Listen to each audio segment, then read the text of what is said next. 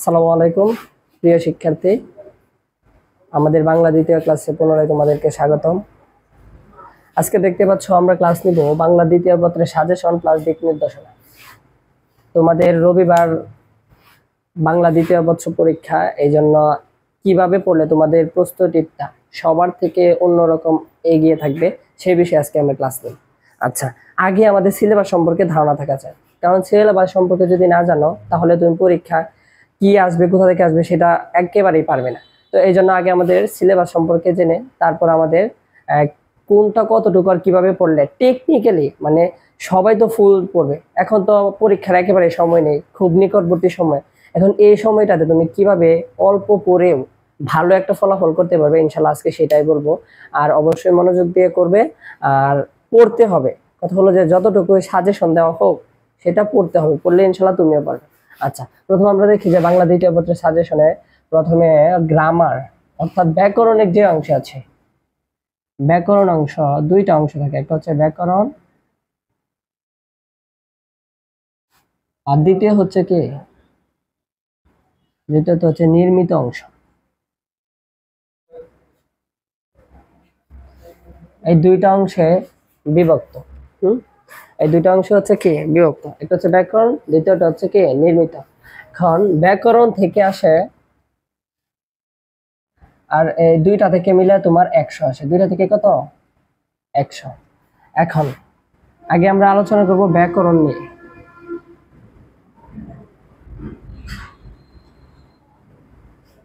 ব্যাকরণ থেকে আসে তোমার 30। দেখি তো ব্যাকরণ থেকে কয়টা, ঠিক আছে।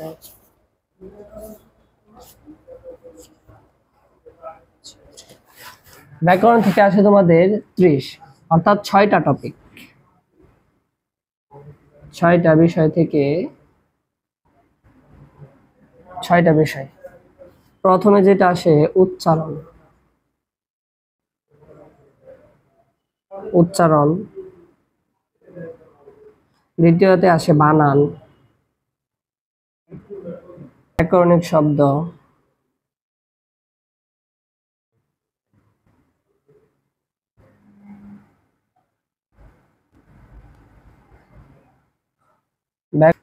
সমাস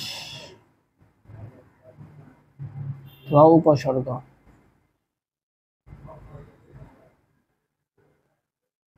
5 নম্বরে আসে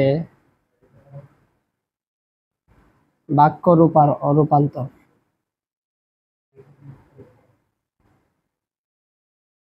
6 নম্বরে আসে শব্দ প্রয়োগ।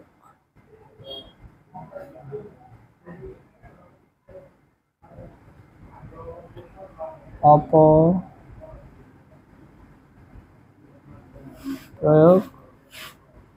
অশুদ্ধ,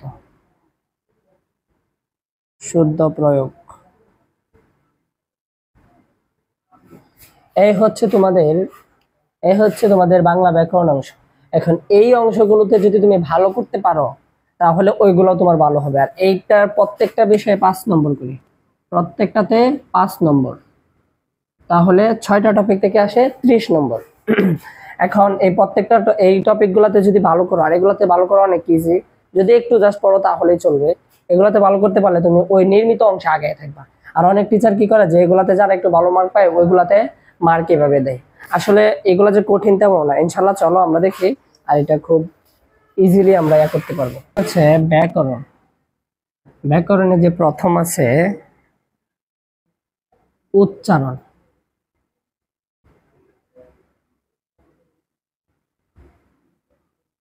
উচ্চারণ প্রথম হচ্ছে উচ্চারণ থেকে 2 ধরনের প্রশ্ন আসতে পারে, একটা ক খ। প্রত্যেকটা মনে রাখবা, প্রত্যেকটা বিষয় থেকে তোমাদের অথবা সহ প্রশ্ন আসবে। যেমন উচ্চারণ থেকে প্রথমে আসবে 8টা উচ্চারণ দেওয়া থাকবে, মানে 8টা উচ্চারণ থেকে 5টি করতে হবে, 5টি করতে হবে, 5টি করতে হবে। যেমন ধরো আসলো ব্রহ্মপুত্র, কি ব্রহ্মপুত্র, তারপরে আসলো কি দক্ষ, অক্ষ। এখন এগুলাকে তোমার কি করতে হবে, উচ্চারণ। দক্ষ এর উচ্চারণ কি হবে? দক্ষের উচ্চারণ হবে দক্ষ। দক্ষ। এটা কিন্তু উচ্চারণটা, আমরা উচ্চারণ মানে হচ্ছে কি আমরা কিভাবে উচ্চারণ করছি। দেখো আমাদের প্রাত্যহিক জীবনে উচ্চারণ খুবই গুরুত্বপূর্ণ। যদি উচ্চারণ ঠিক মতো হয় তাহলে কি কথাটা শুনতে স্পষ্ট সুন্দর শোনা যায়, কিন্তু যদি উচ্চারণ ঠিক না হয় তাহলে কি কথাটাও শুনতে ঠিক শোনায় না। আবার হচ্ছে উচ্চারণের কারণে তোমার অর্থ পরিবর্তন হতে পারে, ঠিক না? যেমন হচ্ছে ঘোড়া, ঘোড়া, মানে এই জাতীয় ঘাড়, ঘাড়, এই জাতীয় অনেক উচ্চ। অন্ন, অন্ন, মানে এই যে অন্ন, অন্ন। তার মানে কি উচ্চারণগত বানানগত আমাদের অনেক ধরনের কি আছে। যদি এইগুলা ঠিক হয়, উচ্চারণগুলো ঠিক হয়, তাহলে তোমার বানানটাও ঠিক হবে। আর যদি উচ্চারণ ঠিক না হয় তাহলে তোমার বানানটাও ভুল হবে, তারপর কি তোমার অর্থটাও পাল্টে যাবে। এই জন্য কি উচ্চারণ খুবই গুরুত্বপূর্ণ, বুঝতে পারছো? এই যেমন দক্ষ, উচ্চারণটা কি হবে? দক্ষ। তার মানে কি হচ্ছে অক্ষ, অক্ষ, অক্ষ। এখন তোমরা যদি এগুলা 2016 থেকে 2024 বোর্ডগুলো সলভ করো তাহলেই এনাফ ইনশাল্লাহ। 2016 থেকে কত 24 পর্যন্ত। এর মধ্যে দেখো তোমার 24-এ মাত্র কয়েকটা বোর্ডে পরীক্ষা হয়েছে। তারপরে হচ্ছে তোমার ইয়াতে কি বলে এই 18-তে একটা বোর্ডে পরীক্ষা হয়েছে, 2020 সালে পরীক্ষা হয় নাই। তারপর কি 2021-এ পরীক্ষা হয় নাই, 20-21 এগুলাতে পরীক্ষা হয় নাই। 18-তে একটা বোর্ডের প্রশ্ন সারা বাংলাদেশে, আবার হচ্ছে 24-এ মাত্র 3-4টা বোর্ডে। এই জন্য কি যদি এগুলা 16 থেকে 24 পর্যন্ত করো, মানে একটু ভালো মতো করো, ইনশাল্লাহ এগুলা থেকে হুবহু 8-এ 8 ইনশাল্লাহ, মানে 8টাতে 8টাই কমন পাবে। কিন্তু তোমার তো লিখতে হবে 5টা। এই জন্য কি তুমি 5-এ 5 ইনশাল্লাহ এখান থেকে হুবহু কমন পাবে। এই জন্য কি উচ্চারণটা খুবই গুরুত্বপূর্ণ। উচ্চারণ থেকে আমাদের যে 2 নম্বর প্রশ্নটা আসে সেটা হলো লিখা থাকবে, মানে অথবা দিয়ে খতে 2টা থাকবে, একটা ক একটা খ। যদি ক না পারো খ দিতে পারো, খ না পারলে ক। এখন খতে আসে অধ্বনির উচ্চারণের নিয়ম।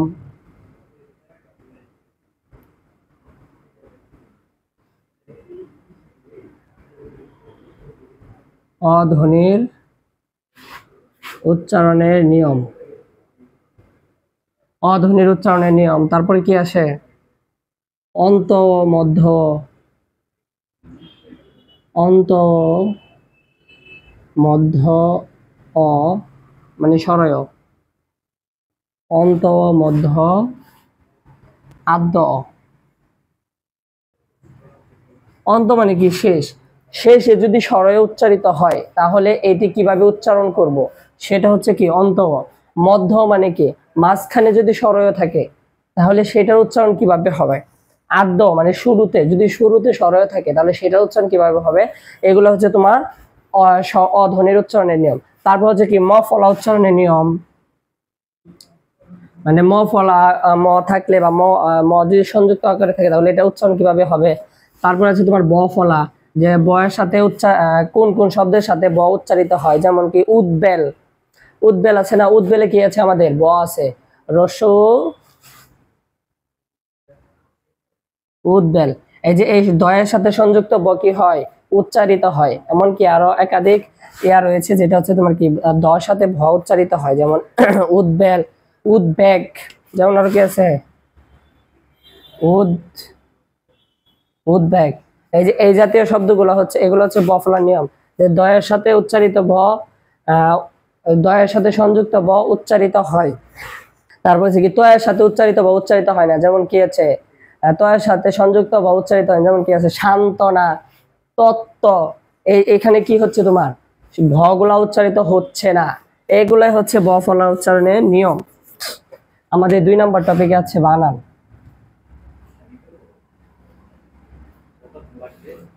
স্যার এই যে সমস্যা হচ্ছে মানে মুছতে মুছতে অনেক সময় জায়গায় মুছতে উঠে না, 2-3 মিনিট এমনি চলে যায়। যে এক নতুন করেছিল। 2 নম্বর টপিক হচ্ছে বানান। বানান থেকে ও আরেকটা কথা, আমরা যে ইন্টারমিডিয়েটের যে গ্রামার গুলো আছে এগুলো চাকরির জন্য খুবই গুরুত্বপূর্ণ। যেমন উচ্চারণ, উচ্চারণ থেকে অ্যাডমিশন বলেন, চাকরি বলেন, সব পরীক্ষায় আপনার প্রশ্ন আসবেই। যেমন উচ্চারণ থেকে মিস হয় না বলে চলে, এমনকি বিসিএস এও উচ্চারণ থেকে প্রশ্ন আসে। যেমন হচ্ছে আপনার কিছু উচ্চারণ দেয় যে এই শব্দটা উচ্চারণ কেমন, যেমন হচ্ছে অদক্ষ এর উচ্চারণ কেমন, দক্ষ এর উচ্চারণ কি হতে পারে, এগুলা। তারপর আছে কি বানান, বানান তো মানে কি বলবো কি পরিমাণ, জব আপনার জব বলেন, বিসিএস বলেন, তারপর মেডিকেল বলেন, সব কিছুর জন্য। তারপর হচ্ছে আপনার অ্যাডমিশন, একটা রয়্যাল টপিক বলা যায় হচ্ছে বানান। মানে বানান থেকে কোথাও কোনো আপনার কি বলে এটাকে, কোথাও কোনো টপিক নাই যে এই বছর আসে নাই। বানানটা এত গুরুত্বপূর্ণ। আর বানান থেকে খুব বেশি প্রশ্ন আসে সবগুলো, নিবন্ধন, বিসিএস, জব, মানে যে কোনো জায়গা থেকে বানান খুবই গুরুত্বপূর্ণ। এজন্য কি বানানটা সবারই ভালো মতো পড়া দরকার, যে চাকরির ক্ষেত্রে হোক বা হচ্ছে পড়াশোনার জন্য। কারণ বানান ভুল হলে আমাদের এমনিতেই মান সম্মান চলে যায়, যে আসলে কি একটা বানান ভুল হয়ে যাচ্ছে, যেটা আমাদের, আমরা বাংলা ভাষাভাষীরও আমাদের নিজেদের যদি বানান ভুল হয় বাংলা উচ্চারণ, তাহলে এটা কেমন। এজন্য কি বাংলা বানানটা খুবই গুরুত্বপূর্ণ, আর আমাদের এই সমস্যাটাই বেশি দেখা যায়। তো বানান থেকেও দুইটা প্রশ্নই আসে। যেমন এক হচ্ছে প্রথমে 8টি বানান থাকবে, 8টি থেকে 5টি সমাধান করতে হবে। যেমন দেওয়া থাকলো অপরাহ্ন, খুবই গুরুত্বপূর্ণ একটি বানান, এটা দেওয়া থাকলো ভুল। তারপর আছে সায়াহ্ন, এটাও ভুল। এখন আমি সংক্ষিপ্ত আকারে এই দুইটার ব্যাখ্যা দিয়ে দিই। হ্যাঁ, গুরুত্বপূর্ণ যেহেতু। দেখেন, যদি র রেফ র ফলা, র রেফ র ফলা থাকে, র রেফ র ফলা থাকলে এরপর মূর্ধন্য হয়, এরপর মূর্ধন্য হয়। তার মানে কি র রেফ র ফলার পর মূর্ধন্য হয়। এটা বলার কারণ হচ্ছে এটা অ্যাডমিশন, বিসিএস, চাকরি সব ক্ষেত্রে, আর ইন্টারমিডিয়েট তো কোনো কথাই নেই, খুবই গুরুত্বপূর্ণ। এই জন্য বলতেছে যে অপরাহ্ন, র রেফ র ফলা থাকলে এরপর মূর্ধন্য হয়। তার আমরা দেখতে পাচ্ছি এখানে কি আছে, বয়শূন্য র আছে, ঠিক না? বয়শূন্য র থাকার কারণে এরপর মূর্ধন্য হবে। আর মূর্ধন্য নিচে বসে, মূর্ধন্য কোথায় বসে, মূর্ধন্য নিচে বসে, মূর্ধন্য নিচে বসে দন্ত ন, মূর্ধন্য নিচে বসে দন্তন্য, দন্তন্যকে পাশে বসে। তার মানে কি এখানে কি মূর্ধন্য থাকে, কোথায় বসার কথা ছিল, নিচে, কারণ র রেফ র ফলা আছে, আর র রেফ র ফলার পর মূর্ধন্য বসে, মূর্ধন্য বসে নিচে। আর এখানে কি র রেফ র ফলা কি কিছু আছে না, এখানে আছে কি অন্তস্তীয়, আর এটা কি র রেফ র ফলার কোনো অংশ না। এই জন্য কি এখানে হবে দন্তন্য, আর দন্তন্য কোথায় বসে, পাশে বসে। এই তো এই জিনিসটা যদি আপনারা মনে রাখতে পারেন, তাহলে মনে করেন আপনারা এখানে মানে এই যে সহজ জিনিসটা মনে রাখতে পারলেই আপনারা শেষ। আগে এটা কি বেশি কঠিন? মানুষ মনে করে যে গ্রামার কত কঠিন, এন কঠিন। আরে যদি একটু বুঝে পড়া যায়, গ্রামারের মতো সহজ কিছুই নেই, বাংলা ব্যাকরণ যেটা বলে। তারপর কি র রেফ র ফলার পর কি মূর্ধন্য বসে, আর মূর্ধন্য নিচে বসে, আর মূর্ধন্য ছাড়া বাকি ক্ষেত্রে কি বসে, দন্তন্য বসে, আর দন্তন্য পাশে বসে। এমন জাতীয় আরো বানান আছে, পূর্বাহ্ন, এই যে পূর্বাহ্ন এর রেফ আছে, রেফ থাকার কারণে মূর্ধন্য, মূর্ধন্য নিচে বসে। তারপর হচ্ছে কি মধ্যাহ্ন, মধ্যাহ্ন, এখানে কিন্তু র রেফ র ফলা নাই, এই জন্য কি বসছে, দন্তান্ন বসছে, আর দন্তান্ন পাশে বসে। অপরাহ্ন, মধ্যাহ্ন, পূর্বাহ্ন, সায়াহ্ন, তারপর কি আছে, হ্যাঁ এগুলাই তো অপরাহ্ন, এগুলাতে কি এই শব্দগুলাই আসে। আর এগুলাই আসলে অনেকে কি করে ভুল করে। এটা মনে রাখবেন, দন্তান্ন পাশে আর মূর্ধন্য নিচে, র রেফ র ফলা পরে মূর্ধন্য, আর এই র রেফ র ফলা না থাকলে দন্তান্ন, ইনশাআল্লাহ। আর এই যে বানানে কি থাকবে, 8টি বানান থাকবে, এভাবে আপনি কি পাশে 5টি করতে হবে। আর দ্বিতীয় বানানে যে এটা থাকে সেটা হচ্ছে লেখা থাকে যে বানানের নিয়ম থাকে, যে প্রমিত বাংলা বানানের নিয়ম, বাংলা একাডেমি বাংলা বানানের নিয়ম, এগুলা থাকে। এগুলা হচ্ছে কি বানানের নিয়ম থেকে থাকে। আচ্ছা,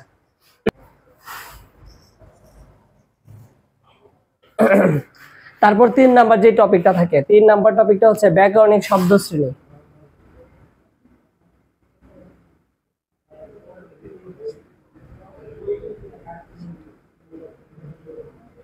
ব্যাকরণিক শব্দ নির্ণয় করতে হয়, মোস্ট ইজিয়েস্ট টপিক আমার মনে হয়, যেটা মানে ক্ষেত্রে সবচেয়ে সহজ, অনেক সহজ টপিক এটা।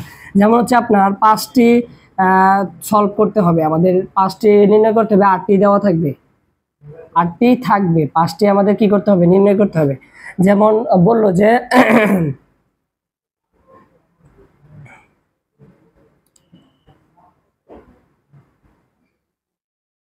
দিলোয়ার খুব মেধাবী ছেলে। দিলোয়ার খুব মেধাবী ছেলে। এখন এখানে দিলোয়ারের নিচে টান থাকলো কিংবা মেধাবীর নিচে। এখন দিলোয়ার মানে কি বোঝাচ্ছে? একজন ব্যক্তির নাম না, দিলোয়ার হচ্ছে একজন ব্যক্তির নাম, আর এটা হচ্ছে কি বিশেষ্য, এটা হচ্ছে কি বিশেষ্য। এভাবে থাকবে, আটটি দেওয়া থাকবে, এভাবে বাক্য একটা নিচে টান থাকবে, বলবে এই শব্দটা আছে এটা কোন ধরনের শব্দ। তার মানে কি এই যেহেতু এই শব্দটা তারা একজন ব্যক্তির নাম বোঝাচ্ছে, এই জন্য এটা কি বিশেষ্য। কিংবা যদি মেধাবীর নিচে ডাক দেওয়া থাকে তার মানে কি মেধা ধারা কি এই যে দিলওয়ারের গুণ বুঝাচ্ছে। আর আমরা জানি কি দোষ গুণ সংখ্যা পরিমাপ এগুলো থাকলে কি বোঝায়? এগুলো থাকলে বোঝায় বিশেষণ। এই জন্য আমরা বলতে কি পারি যে এই মেধাবী দ্বারা দিলওয়ারের দোষ একটা গুণ বোঝাচ্ছে, একটা গুণের নাম বোঝাচ্ছে, সেহেতু এটা হচ্ছে বিশেষণ। এটা কি শন? বিশেষণ। আর ব্যাকরণিক শব্দ শ্রেণী হচ্ছে সবচেয়ে সহজ, এটাতে নাম্বার পাও কি খুব ইজি। কলমের মুক্ত পড়ে গেছে। অথবা এর বিপরীতে আরেকটা আসতে পারে যে ব্যাকরণিক শব্দ শ্রেণী কাকে বলে। যে প্রশ্নটা আসে ব্যাকরণিক শব্দ শ্রেণী কাকে বলে, ব্যাকরণিক শব্দ শ্রেণী কত প্রকার ও কি কি, এই সম্পর্কে বিস্তারিত লিখতে। এখন দেখা যায় যে যদি বিস্তারিত লেখা হয় প্রায় 2 পৃষ্ঠার মতো লাগে, আর এটা লিখতে 10 থেকে 15 মিনিট সময় লাগে। তো এই 10 থেকে 15 মিনিটের জন্য 5 নাম্বার। আর এখানে 5টা নির্ণয় করতে সর্বোচ্চ গেলে 5 মিনিট, সর্বনিম্ন হচ্ছে 3 মিনিট যথেষ্ট। আর এই 5 মিনিট, এই 5 নাম্বারের জন্য 5 মিনিটের বেশি ব্যয় করা একেবারেই উচিত না। এই জন্য কি এই 5টা নির্ণয় করা খুব সহজ। আর যারা এটা না পারবে তাদের হচ্ছে ব্যাকরণিক শব্দ শ্রেণী কাকে বলে, আর এটা কত প্রকার ও কি কি। ব্যাকরণিক শব্দ শ্রেণী হচ্ছে যে বাংলা ভাষায় যে শব্দগুলো ব্যবহৃত হয় তাদের প্রত্যেককে কি কি বলা হয়? ব্যাকরণিক শব্দ শ্রেণী। আর এইটা হচ্ছে কি 8 প্রকার: বিশেষ্য, বিশেষণ, বিশেষ্য সর্বনাম, বিশেষণ, ক্রিয়া, ক্রিয়া বিশেষণ, অব্যয়, যোজক ও আবেগ শব্দ। এর পরবর্তীতে আছে সমাস, সমাস বা উপসর্গ, সমাস বা উপসর্গ। এখন প্রথমে যদি প্রশ্ন আসে তাহলে সমাস থেকে 5টি 8টি থাকবে, তোমার প্রশ্ন দেওয়া থাকবে, সেটি 5টি নির্ণয় করতে হবে, 5টি নির্ণয় করতে হবে। যেমন হচ্ছে দেওয়া থাকলো হচ্ছে অহিনকুল, দেওয়া থাকলে কি অহিনকুল, তার মানে অহিনকুলটা আগে কোন সমাস সেটা আমাদের নির্ণয় করতে হবে, আর এটার ব্যাস বাক্য লিখতে হবে। যেমন কি অহিনকুলের ব্যাস বাক্য হচ্ছে কি অহিও নকুল। আর এটা কোন সমাস? দ্বন্দ্ব সমাস। অহিনকুল হচ্ছে কি সমাস? দ্বন্দ্ব সমাস। এভাবে পরীক্ষায় সমাস থেকে আনসার করতে হবে। আর সমাসেরও যদি 2016 থেকে 2024 বোর্ড পর্যন্ত সমাধান করা যায় তাহলে ইনশাল্লাহ আশা করি যায় কি 8টাতে 8টাই কমন আসবে ইনশাল্লাহ। আর 2016, 17, 18তে আবার কি একটা বোর্ড আসছে, 2020, 21-এ পরীক্ষা হয় নাই বাংলা দ্বিতীয়, তারপর 24-এ মাত্র 3-4টা বোর্ডে প্রশ্ন আসছে। যদি সমাজ থেকে প্রশ্ন আসে তাহলে যেভাবে একটা পূর্ণ বাক্য দেওয়া থাকবে, এটার ব্যাস বাক্য নির্ণয় করতে হবে আর সমাসের নাম, এটাতেও 5 নাম্বার। আর দ্বিতীয় যদি কেউ এইটা না পারে, উপসর্গ থেকে প্রশ্ন করতে চায়, তাহলে 3টা প্রশ্ন, এই 3টা প্রশ্ন খুবই গুরুত্বপূর্ণ। যদি উপসর্গ থেকে প্রশ্ন আসে এই 3টা প্রশ্নের বাইরে ইনশাল্লাহ প্রশ্ন আসবে না। আচ্ছা, 3টা যদি উপসর্গ থেকে প্রশ্ন আসে এর বাইরে প্রশ্ন আসবে না।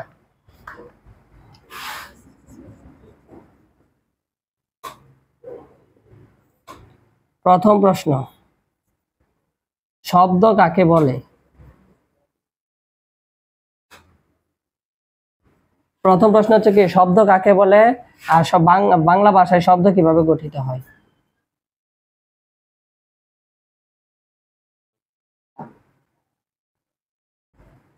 শব্দ কিভাবে গঠিত হয়, শেষ। এটা একটা প্রশ্ন। দ্বিতীয়তে আছে উপসর্গ কাকে বলে?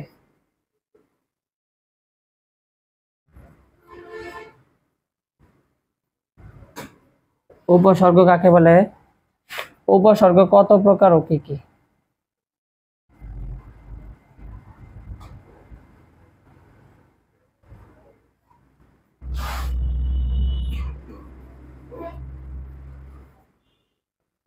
তার মানে উপসর্গ কাকে বলে এটা আগে, তারপর উপসর্গ কত প্রকার ও কি কি। উপসর্গ প্রধানত 3 প্রকার: বাংলা, সংস্কৃত আর হচ্ছে কি বিদেশি। তার মানে কি এই 3টা হচ্ছে কি মূলত উপসর্গ। এখন বিদেশি উপসর্গের মধ্যে আবার আছে কি হিন্দি, তারপর কি আছে আরবি, ওইগুলা মানে একটু ডিটেলসে আলোচনা, ওইগুলা ডিটেলসে আলোচনা করে যে বিদেশি উপসর্গ, ফরাসি উপসর্গ, তারপর হচ্ছে কি হিন্দি উপসর্গ, তারপর আবার কি আছে ইংরেজি উপসর্গ, আরবি উপসর্গ, জাস্ট এগুলো লিখে দিলেই এনাফ। আর এরপরে যে প্রশ্নটা সবচেয়ে বেশি গুরুত্বপূর্ণ এবং পরীক্ষায় আসেও, সেটা হচ্ছে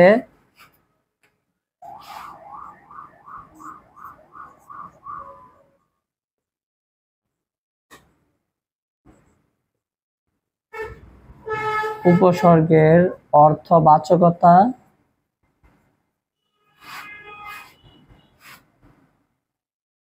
অর্থবাচকতা নেই, কিন্তু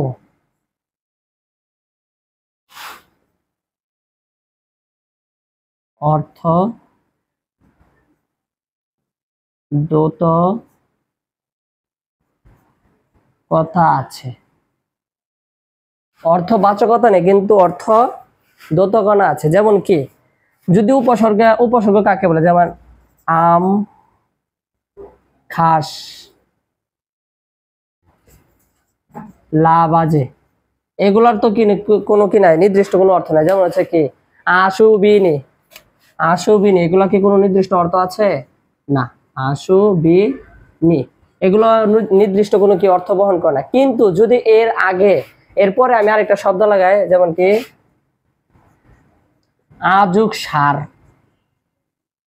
তাহলে কি হয়? আষাঢ়। কি হলো? একটা শব্দের আগে যুক্ত হয়ে কি করলো? একটা নতুন শব্দ গঠন করলো।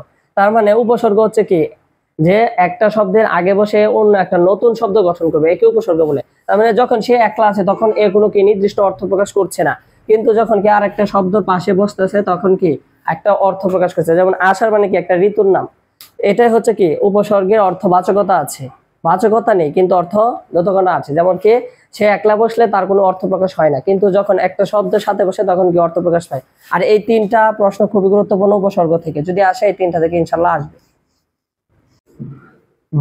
বাক্যান্তর মানে হচ্ছে কি, যে এক বাক্য থেকে আরেক বাক্য, যেমন সে অসৎ, এটা একটা বাক্য। এখন বললো যে এটাকে কি করতে, নেতিবাচক করতে। এটাকে কি বাচক করতে? নেতিবাচক। এটাতে কি আছে? অস্তিবাচকে বা হাবাচক। এটা অস্তিবাচক বা হাবাচকে আছে।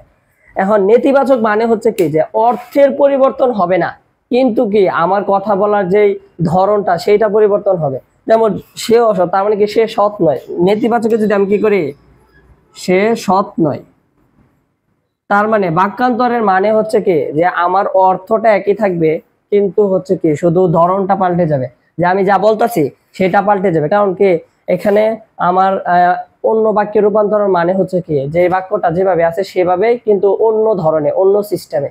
যেমন সে অসৎ মানে কি সে সৎ নয়, সে কি নয়, সৎ নয়। আর এটা হচ্ছে কি, যে নেতিবাচক মানে হচ্ছে কি, যেটাতে কি থাকবে, নাবাচক একটা শব্দ থাকবে। সে অসৎ মানে হচ্ছে কি সে সৎ নয়। এগুলো হচ্ছে বাক্যান্তর। এখানেও 8টা থাকবে, 8টা থেকে 5টা কি করতে হবে, দিতে হবে। আর 2016 থেকে সবগুলো 2016 থেকে 24 পর্যন্ত পড়লে ইনশাল্লাহ কমন পাওয়া যাবে 100%। আর এর বিপরীতে যে প্রশ্নটা আসে সেটা হচ্ছে বাক্য কাকে বলে। বাক্য কাকে বলে, বিপরীতে যেটা আছে বাক্য কাকে বলে, অর্থ অনুসারে বাক্য কত প্রকার?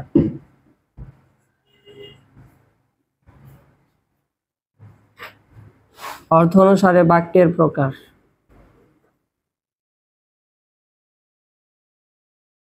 দ্বিতীয়তে হচ্ছে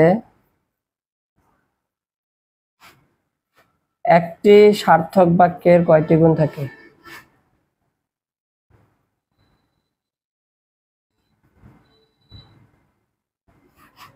একটি সার্থক বাক্যের কয়টি গুণ থাকে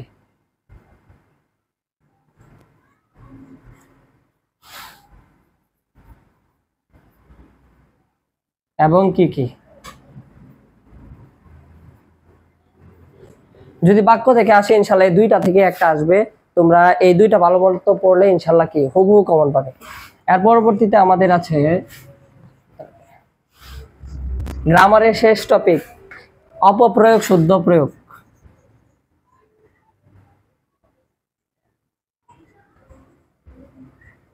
অপপ্রয়োগ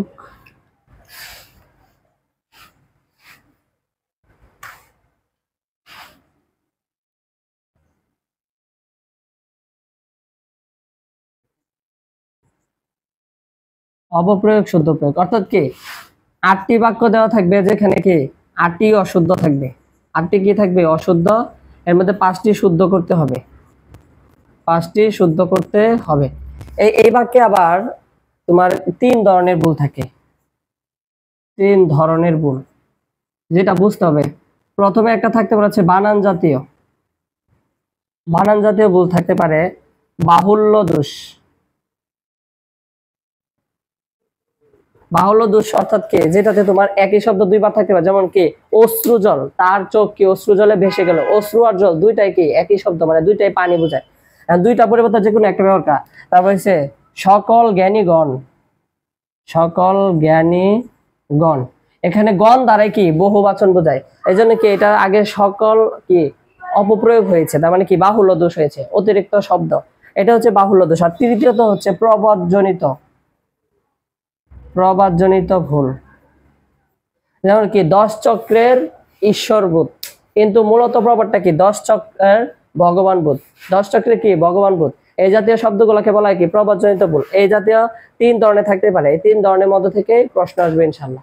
আর আমরা আজকে কি করলাম, গ্রামারের টপিক ইনশাল্লাহ শেষ করলাম।